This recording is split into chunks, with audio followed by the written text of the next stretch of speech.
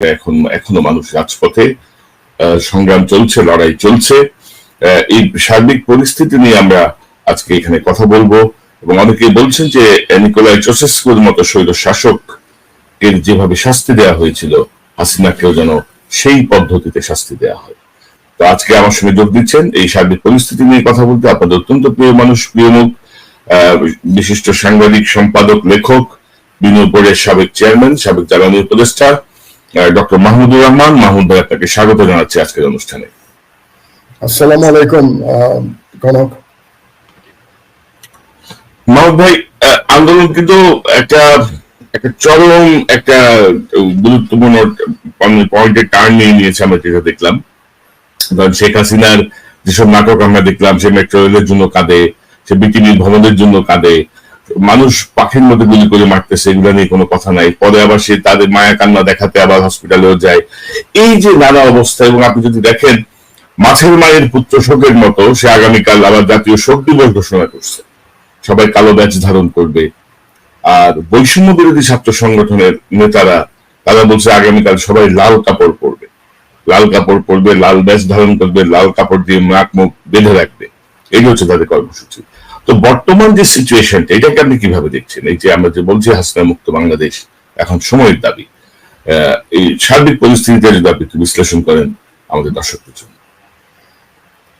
আমার বক্তব্যের শুরুতেই আমি চলমান স্বাধীনতা সংগ্রামে এ পর্যন্ত যারা শহীদ হয়েছেন তাদের প্রতি শ্রদ্ধা এবং তাদের বিদেহী আত্মার রুহের মাগফিরাত কামনা করে আমার বক্তব্য শুরু করছি। আমাদের বুঝতে হবে যে বর্তমান শতাব্দীতে, এই শতকের সবচেয়ে ভয়াবহ যে স্বৈর শাসক, ভয়াবহ যে ফ্যাসিস্ট শাসক, তার নাম হচ্ছে শেখ হাসিনা। তাকে মানুষ হিসেবে কল্পনা করতে আমার সমস্যা হয়। আমি তাকে ঠিক মানুষ হিসেবে কল্পনা করতে পারি না। তিনি একজন রক্ত পিপাসু নরপিশাচ। এবং এই যে একটু আগে বলছিলেন মাছের মায়ের পুত্র শোক, তিনি কি পরিমাণ ভণ্ডামি করতে পারেন এটাতে বোধহয় আর কেউ তার ধারে কাছেও আসতে পারবে না, কোন স্বৈর শাসকই। তবে আনন্দের বিষয় হচ্ছে যে তার ভণ্ডামিকে বাংলাদেশের জনগণ এখন চিনে ফেলেছে এবং তার ভণ্ডামিতে এখন আর কোনো কাজ হচ্ছে না। শেখ হাসিনার যে চরিত্র, আমি তাকে সিরিয়াল কিলার মনে করি। কারণ এই যে গণহত্যা তিনি চালাচ্ছেন গত 10 দিন বা গত 2 সপ্তাহ ধরে, প্রায় এর আগেও তো তিনি 16 বছর ধরে কিছুদিন পর পর গণহত্যা চালিয়েছেন। আপনি যদি প্রথম থেকে শুরু করেন তাহলে বিডিআর বিদ্রোহের সময় হত্যাকাণ্ড চলেছে আর্মি অফিসারদের, এবং তিনি শুরুই করেছেন আর্মি অফিসারদের হত্যাকাণ্ডের মাধ্যমে। তারপরে তিনি জামাত শিবিরের ছেলেপেলেদের উপরে গণহত্যা চালিয়েছেন। তারপরে আপনার মনে আছে সাইদি সাহেবের যখন রায় হলো, তখন যে আন্দোলন হলো, সেই আন্দোলন দমানোর জন্য কিন্তু গণহত্যা চালিয়েছেন। আমার মনে আছে আমি তখনও জেলের বাইরে, একদিনে 144 জন নিহত হয়েছিল। তিনি গণহত্যা চালিয়েছেন। তারপরে শাপলা চত্বর গণহত্যা চালিয়েছেন। 2015 আন্দোলনের সময় তিনি বিএনপি জামাত যখন আন্দোলন করছে একসঙ্গে গণহত্যা চালিয়েছেন, এবং এখন আবার তিনি গণহত্যা চালাচ্ছেন। এবং তার সঙ্গে তার যে গুম করার রেকর্ড, সেগুলো তো আছেই। সুতরাং শেখ হাসিনা একজন শুধু যে সিরিয়াল কিলার তাই নয়, তিনি একজন চরম দুর্নীতিপরায়ণ এবং একজন দেশদ্রোহী। বাংলাদেশের স্বাধীনতাকে তিনি বিসর্জন দিয়েছেন দিল্লির কাছে। সুতরাং এই ব্যক্তির পরিণতি কি হতে পারে? অনেকে বলে থাকেন তার পরিণতি তার পিতার মতো হবে। আমি মনে করি এটা তার পিতার জন্য তার পিতার স্মৃতির জন্য খুব ভালো হবে না। কারণ তার পিতার যে অপরাধ ছিল তার থেকে শতগুণ বেশি অপরাধ তিনি করে ফেলেছেন। কাজে শেখ মুজিবুর রহমানের যে পরিণতি ছিল, সেই পরিণতি শেখ হাসিনার যদি হয় তাহলে সেই পরিণতি কম হবে, তার অপরাধের তুলনায় কম হবে বলে আমি মনে করি। সেই কারণে আপনি যে প্রাথমিক বক্তব্যে যেটা বললেন চাউসেস্কুর যে পরিণতি, রোমানিয়ার স্বৈর শাসক, সেটার সাথে আমি মনে করি সেরকমই কিছু একটা তার হওয়া উচিত। হবে কিনা সেটা আল্লাহ তাআলা জানেন।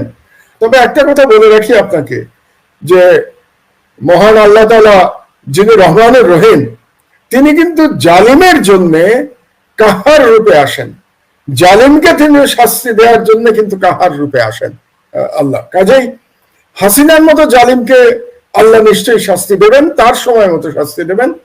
তবে জনগণের উদ্দেশ্যে, যারা জানেন না তাদের উদ্দেশ্যে বলে রাখছি যে চসেস্কুর পরিণতি কি হয়েছিল 1989 সালে হয়েছিল। আপনার নিশ্চয়ই মনে আছে 1989 সালে যে ওখানে যে বিপ্লব হয় রোমানিয়াতে, সেই বিপ্লবে 24 বছর ব্যাপী চসেস্কুর স্বৈর শাসনের পতন ঘটে এবং তারপরে যে বিপ্লবী সরকার ক্ষমতা নেয় তারা তার বিচার করে এবং বিচার করে তাকে ফায়ারিং স্কোয়াডে মৃত্যুদণ্ড দেয়া হয়।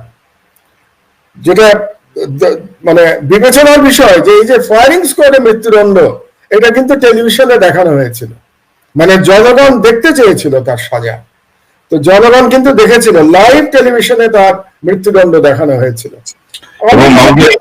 ফায়ারিং স্কোয়াড তেমন হচ্ছে তার অফিসের পেছনেই তাকে নিয়ে যে ওখানে গুলি করে ফেলা হয়। জি জি, ওখানে গুলি করে মারা হয়েছে, টেলিভিশনে লাইভ দেখানো হয়েছে। মিলিটারি, তার জন্য একটা মিলিটারি কন্টিনজেন্ট দাঁড়ানো ছিল এবং তারা গুলি করে তাকে হত্যা করেছিল চসেস্কুকে। তো আমি মনে করি শেখ হাসিনার জনগণের আদালতে এই ধরনের বিচারই হওয়া উচিত এবং এই ধরনের একটা পরিণতি হওয়া উচিত। তার পিতার মতো পরিণতি হলে আমি মনে করবো এটা কম হয়ে গেল তার অপরাধের তুলনায়। তো এবং সে যে গণহত্যা এখন চালাচ্ছে এবং যত মানুষকে সে হত্যা করলো, শিশুও তার হাত থেকে রক্ষা পায় নাই। যেমন করে ইসরায়েল শিশুদের হত্যা করছে গাজাতে, গাজাতে ইসরায়েল হত্যা করছে, ধরেন শত্রু দেশে গিয়ে হত্যাকাণ্ড চালাচ্ছে, গণহত্যা চালাচ্ছে গাজাতে। আর বাংলাদেশে শেখ হাসিনা নিজের দেশের জনগণের উপরে গণহত্যা চালাচ্ছে। এবং গত আপনি দ্বিতীয় বিশ্বযুদ্ধ পরবর্তী সময় যদি দেখেন, তো কোন রাষ্ট্রে এভাবে নিজের দেশের উপরে গণহত্যা চালানোর নজির কিন্তু খুব বেশি নাই, যদি না সিভিল ওয়ার হয়ে থাকে। যেমন ধরেন সিরিয়াতে সিভিল ওয়ার হয়েছে, ইরাকে সিভিল ওয়ার হয়েছে, তো সেখানে অনেক বেশি মানুষ মারা গেছে। কিন্তু বাংলাদেশের জনগণ তো নিরস্ত্র, তারা তো বাচ্চা ছেলে মেয়েরা, তারা খুব যুক্তিসঙ্গত একটা দাবি নিয়ে রাস্তায় নেমেছিল। তাদেরকে যেভাবে হত্যা করেছে শেখ হাসিনার খুনি বাহিনী, এটা তো অকল্পনীয়। এটা পৃথিবীর কোন দেশে আজ পর্যন্ত হয়নি। এমনকি বাংলাদেশের ইতিহাসে যদি আমরা চিন্তা করি, তাহলে একমাত্র 71 সালের যে 25শে মার্চের রাতের গণহত্যা এবং তারপরের দিন যে গণহত্যা চলেছিল 1971 সালে পাকিস্তান সেনাবাহিনী যেটা করেছিল, তার সঙ্গে তুলনীয়। আপনি তো ঢাকা শহরের দৃশ্য দেখতে পেয়েছেন যে কি চলেছে 18-19 তারিখে। আমাকে একজন বলল যে বাংলাদেশ থেকে, সে খবর দিল আমাকে, মোহাম্মদপুর এলাকায় নাকি লাশের সারি পড়েছিল রাস্তায়, গুলি করে মারা হয়েছে। সেনাবাহিনীর লোকজন নিরস্ত্র জনগণের সামনে মেশিন গান সারিবদ্ধ করে রেখে সেখানে তারা শুয়ে গুলি করেছে, এমন ভাবে যেন এটা একটা যুদ্ধক্ষেত্র। যে সেনাবাহিনী মিয়ানমারের সাথে যুদ্ধ করতে পারে না, মিয়ানমার থেকে গুলি আসে বাংলাদেশে, একটা টু শব্দ করতে পারে না, যে সেনাবাহিনী ভারতের কাছে বাংলাদেশকে তুলে দিয়েছে, সেই সেনাবাহিনী নিরস্ত্র জনগণের উপরে তাদেরই টাকায় কেনা বন্দুক এবং গুলি দিয়ে গণহত্যা চালাচ্ছে। এই দৃশ্য আমরা দেখলাম বাংলাদেশে। এরকম কোন দৃশ্য আমার মনে হয় না পৃথিবীতে এর কোন দ্বিতীয় আর কোন উদাহরণ আছে। কাজেই শেখ হাসিনার সাজা জনগণ ঠিক করবে। এবং আমি জাস্ট একটা কথা বলে শেষ করি, যে এই আন্দোলন যদি সফলতা লাভ করে এবং এই আন্দোলনের পরে যে বিপ্লবী সরকার ক্ষমতায় আসবে, যারা রাষ্ট্রের দায়িত্ব গ্রহণ করবে, তারা সিদ্ধান্ত নেবে যে শেখ হাসিনার পরিণতি কি হয়। তো এখন ধরুন মাহমুদ, আমি যেটি বলতে চাচ্ছিলাম যে আপনার সূত্র ধরে কথা, যে আপনি জানেন যে সাম্প্রতিক সময়ে আইএসপিআর একটি বিবৃতি দিয়েছে এবং সেই আইএসপিআর বিবৃতি বলছে সেনাবাহিনীর বিরুদ্ধে মিথ্যা ও বিভ্রান্তিমূলক অপপ্রচার চালানো হচ্ছে। জনগণের স্বার্থে ও রাষ্ট্রের যে কোনো প্রয়োজনে বাংলাদেশ সেনাবাহিনী সবসময় জনগণের পাশে আছে এবং থাকবে বলে জানিয়েছে আইএসপিআর। তো কিভাবে দেখেন এই যে এই বিবৃতি দেওয়ার প্রয়োজন হলো কেন? মানে জনগণের পাশে সেনাবাহিনী থাকবে, এটাই তো স্বাভাবিক। কেন বিবৃতি দিল? কোনটাকে তারা মানে বলছে, কোনটাকে তারা বলছে মিথ্যা এবং বিভ্রান্তিমূলক? আপনি কি মনে করেন? এই পুরো বিবৃতিটাই একটা ভণ্ডামির উদাহরণ। কারণটা হয়েছে কি জানেন? সব থেকে বড় ভণ্ড পৃথিবীর, সব থেকে বড় নরপিশাচ শেখ হাসিনা, এবং সে গত 16 বছরে আরো ভণ্ডদের তৈরি করেছে সেনাবাহিনীতে এবং পুলিশে।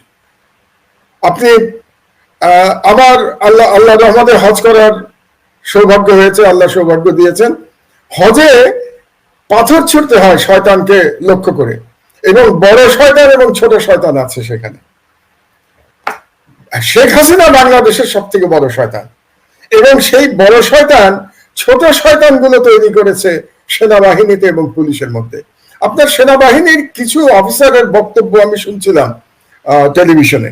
একজন বলছে যে আমরা যদি লাইভ বুলেট ব্যবহার করি তাহলে 5 মিনিটের মধ্যে আমরা এই আন্দোলন ঠান্ডা করে দিতে পারি। এটা একজন সেনাবাহিনীর অফিসারের বক্তব্য, জনগণ সম্পর্কে বলছে। আইএসপিআর কি বলছে? আমরা জনগণের পাশে দাঁড়াই। আর সেনা অফিসার বলছে যে 5 মিনিটের মধ্যে আমরা ঠান্ডা করে দিতে পারি। আর একজন ব্রিগেডিয়ার একই ধরনের ল্যাঙ্গুয়েজ এবং একই ধরনের বডি ল্যাঙ্গুয়েজ নিয়ে সে সেনা কথা বলছে। মোহাম্মদপুরের আমি যে রাস্তার বর্ণনা দিলাম, এই ছবিটা তো সবার কাছে আছে, এই ভিডিওটা আপনিও নিশ্চয়ই দেখেছেন, এবং এই ভিডিওটা আন্তর্জাতিক মিডিয়াতেও আমি দেখেছি, টিআরটিতে দেখেছি, তারপরে আল জাজিরাতে দেখেছি, যে সেনাবাহিনীর সদস্যরা সব রাস্তার মধ্যে শুয়ে মেশিন গান সামনে রেখে তারা জনগণের উপরে গুলি চালাচ্ছে। এখন এই ভণ্ডদের যে আইএসপিআর আপনি তো মনোযোগ দিয়ে পড়েছেন নিশ্চয়ই, আমি লাইন বাই লাইন পড়েছি। তারা বলছে অপপ্রচার চালানো হচ্ছে। কি অপপ্রচার কোথাও কিন্তু লেখা নাই। আপনি কি পেয়েছেন কি অপপ্রচার? তাহলে কি সেনাবাহিনী যে লোকজনকে হত্যা করেছে এটাকে অপপ্রচার? সেটা তারা বলে নাই। সেনাবাহিনী যে বাড়ি বাড়ি দেখিয়ে দিচ্ছে, পুলিশকে দেখিয়ে দিচ্ছে, এবং পুলিশ গিয়ে সেখানে লোকজনের উপরে গুলি করছে এবং সেনাবাহিনী পুলিশকে পাহারা দিচ্ছে গণহত্যায়, এটা কি অপপ্রচার? এটা কি মিথ্যা? সেনাবাহিনী কি বলবে এটা মিথ্যা? অবশ্যই না। হেলিকপ্টার থেকে গুলি চালানো হচ্ছে। সেনাবাহিনী নিজেই স্বীকার করেছে, র্যাব, যে তারা সাউন্ড গ্রেনেড এবং টিয়ার শেল নিক্ষেপ করেছে। এটা কিন্তু র্যাব নিজে স্বীকার করছে। মানে গুলিটা স্বীকার করছে না, কিন্তু তারা স্বীকার করছে হেলিকপ্টার থেকে তারা বাংলাদেশের জনগণের উপরে সাউন্ড গ্রেনেড এবং টিয়ার গ্যাস শেল নিক্ষেপ করছে হেলিকপ্টার থেকে জনগণের উপরে। এটা কি মিথ্যা? এটা কি অপপ্রচার? এবং এই সেনাবাহিনী বাংলাদেশকে যে ভারতের হাতে তুলে দিয়েছে, এটা কি অপপ্রচার? বাংলাদেশের প্রত্যেকটা আর্মি চিফ যে ভারতের নির্দেশে অ্যাপয়েন্টেড হয়, এটা কি অপপ্রচার? যেটা আপনার অনুষ্ঠানে, আপনার মনে আছে নিশ্চয়ই, জেনারেল সরওয়ার্দী নিজে আপনার অনুষ্ঠানে বলেছিলেন, ভদ্রলোক জেলে বোধ হয় এখন, সরওয়ার্দী বলেছিলেন যে ভারতের নির্দেশ ছাড়া বাংলাদেশে কোনো আর্মি চিফ নিয়োগ দেওয়া হয় না। এটা কি অপপ্রচার? আপনি জানেন যে বাংলাদেশকে যখন মঈন ভারতের হাতে তুলে দিল 1/11 সময়, সেটা কি অপপ্রচার ছিল? প্রণব মুখার্জি তার বইতে যে লিখেছিলেন যে মঈন তার চাকরি বাঁচানোর জন্য তার কাছে হাতে পায়ে ধরেছিল, এটা কি অপপ্রচার? এই সেনাবাহিনী চোখের সামনে 57 জন সেনা অফিসার নিহত হয়েছে বিডিআরে, এবং এই সেনাবাহিনী তাকিয়ে তাকিয়ে তামাশা দেখেছে, একটা গুলিও ছুটতে যায় নাই। তাদের ব্রাদারদের, তারা তো সব ব্রাদার বলে, ব্রাদারদের বাঁচাতে যায়নি। তাদের 2 দিন ধরে অত্যাচার চলেছে পরিবারের উপরে, নারীদের উপরে অত্যাচার চলেছে, তারা কেউ বাঁচাতে যায়নি। এটা কি অপপ্রচার? তারা ভারত যখন প্রায় প্রতি মাসে বা প্রতি সপ্তাহে বাংলাদেশের জনগণকে খুন করছে ইয়েতে কি বলে বর্ডারে, এবং এই সেনাবাহিনী শুধু চুপ করে আছে না, এই সেনাবাহিনী তাদের বক্তব্যে এটাকে সমর্থন করে, ভারতকে সমর্থন করে তার বক্তব্য দেয়। এটা কি অপপ্রচার? এই ওয়াকার যে এখন আর্মি চিফ, তিনি যে শেখ হাসিনার আত্মীয়, এটা কি অপপ্রচার? এই ওয়াকার যখন 9 ডিভিশনের চিফ ছিলেন, তখন মোদি প্রথমবারের মতো বাংলাদেশে এসেছিল, আমি তখন জেলে। এই ওয়াকার মোদিকে স্যালুট করে সে মিডিয়ার সামনে বলেছিল তার জীবনে নাকি সব থেকে আনন্দের ঘটনা বা সব থেকে সম্মানের ঘটনা মোদীকে স্যালুট করা। এটা কি অপপ্রচার? তাহলে কোনটা অপপ্রচার? কাজে এই সেনাবাহিনী জনগণের, ওই যে বললাম না যে শেখ হাসিনা বড় শয়তান হয়ে সে অনেকগুলো ছোট শয়তান তৈরি করেছে, তার মধ্যে বাংলাদেশ সেনাবাহিনী সেই ছোট শয়তানে পরিণত হয়েছে। এবং এই বাংলাদেশ সেনাবাহিনীর বিরুদ্ধে জনগণ রুখে দাঁড়িয়েছে। জনগণ পুলিশ র্যাব এবং বিজিবিকে হারিয়ে দিয়েছিল লড়াইতে। তারপরে যখন ট্যাঙ্ক নিয়ে আর্মি নেমেছে, তারপরে জনগণ পিছনে চলে গেছে। কিন্তু আমি আশাবাদী যে জনগণ আর্মির বিরুদ্ধে লড়াই করবে এবং সেই লড়াইতে জনগণ শেষ পর্যন্ত ইনশাআল্লাহ বিজয়ী হবে। কাজে কোন অপপ্রচারের কথা সেনাবাহিনী বলছে? এদের যদি বিন্দুমাত্র বিবেক, বিন্দুমাত্র লজ্জা থাকতো, তাহলে এই সেনাবাহিনী এতক্ষণে শেখ হাসিনাকে বলার কথা ছিল যে এত রক্তপাতের পর আপনার আর বাংলাদেশের প্রধানমন্ত্রী হয়ে থাকার কোনো লিগ্যাল কিংবা মরাল রাইট নাই, কাজে আপনি এই মুহূর্তে পদত্যাগ করেন। এটা তো করছেই না। তারা জনগণের উপরে গুলি চালাচ্ছে এবং আমরা যারা তাদের এই ভয়ানক চরিত্র আমরা তুলে ধরছি, এই তুলে ধরাকে তারা বলছে অপপ্রচার। কিন্তু এগুলো বলে লাভ নাই কোনো, বুঝলেন? জনগণ এদেরকেও চিনে গেছে, শেখ হাসিনাকেও চিনে গেছে এবং জনগণ বুঝে গেছে যে বাংলাদেশের সব থেকে বড় শত্রুর নাম হচ্ছে ইন্ডিয়া। এবং সেই ইন্ডিয়ার বাংলাদেশে হিন্দুত্ববাদী দিল্লি শাসনের যে প্রতিনিধিত্ব করছে বাংলাদেশে, তার নাম হচ্ছে শেখ হাসিনা। এবং এই হিন্দুত্ববাদী ভারতের গোলামি করছে দুর্ভাগ্যজনক ভাবে বাংলাদেশের সেনাবাহিনী। কাজে সেনাবাহিনীর বিরুদ্ধে আমাদের রুখে দাঁড়াতে হবে এবং যদি কখনো জনগণের সরকার প্রতিষ্ঠিত হয়, তাহলে এই সেনাবাহিনী অফিসারদের প্রত্যেকের বিচার বাংলাদেশে করতে হবে, যেমন বিচার শেখ হাসিনা করতে হবে।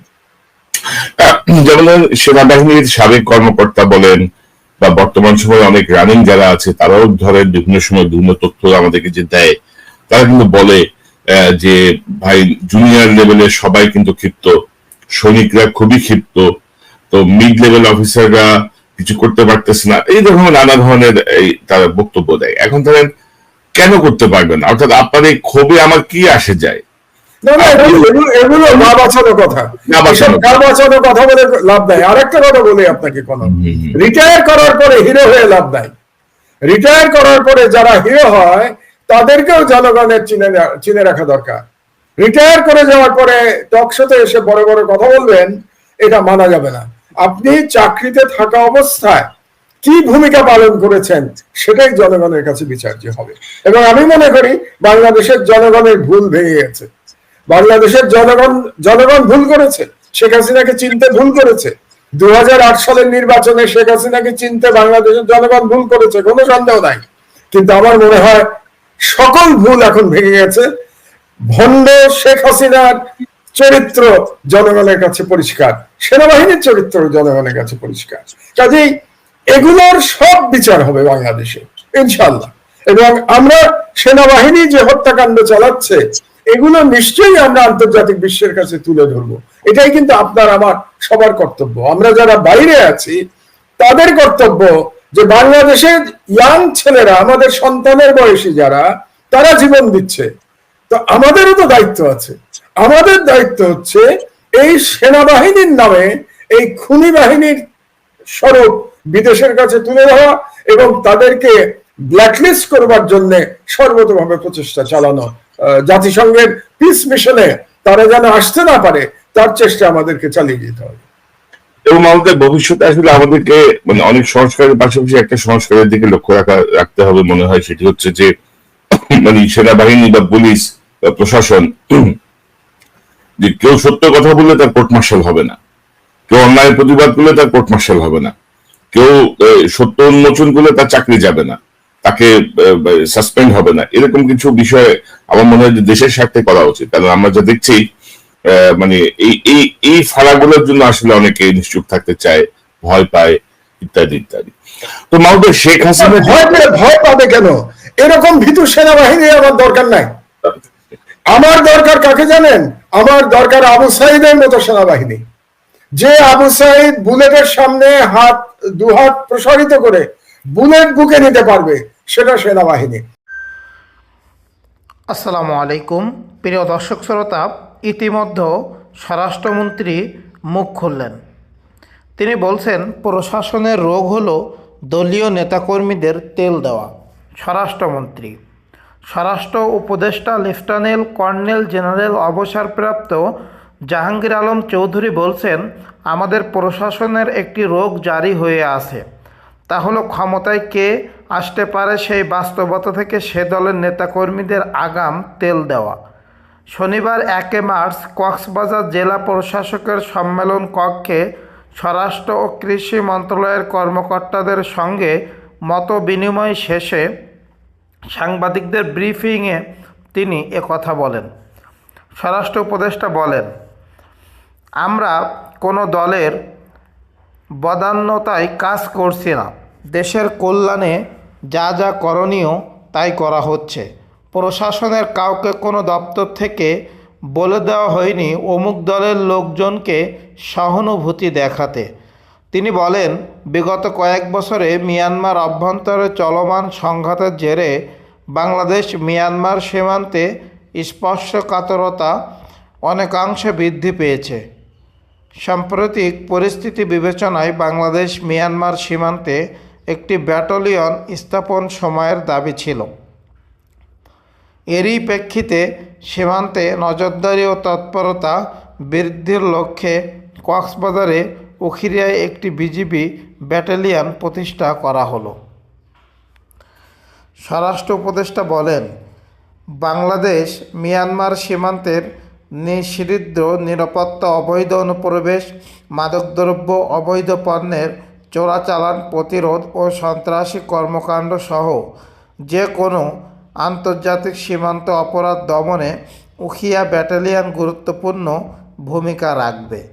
এ সময় কক্সবাজার চকরিয়া থানার ভারপ্রাপ্ত কর্মকর্তা ওসি মঞ্জুর কাদের ভূঁইয়াকে 24 ঘন্টার মধ্যে প্রত্যাহারের নির্দেশ দিয়েছে স্বরাষ্ট্র উপদেষ্টা। চট্টগ্রাম রেঞ্জের ডিআইজিকে ফোনে এ নির্দেশনা দেন তিনি। এ বিষয়ে অনুসন্ধানে আলোচিত ফটোকার্ডগুলিতে উল্লেখিত দাবিগুলোর সত্যতা যাচাইয়ের প্রাসঙ্গিক একাধিক কিওয়ার্ড সার্চ করে গণমাধ্যম কিংবা সংশ্লিষ্ট অন্য কোনো নির্ভরযোগ্য সূত্র এই দাবিগুলোর সত্যতা পাওয়া যায়নি। পরবর্তীতে আলোচিত ফটোকার্ডগুলো পৃথকভাবে যাচাই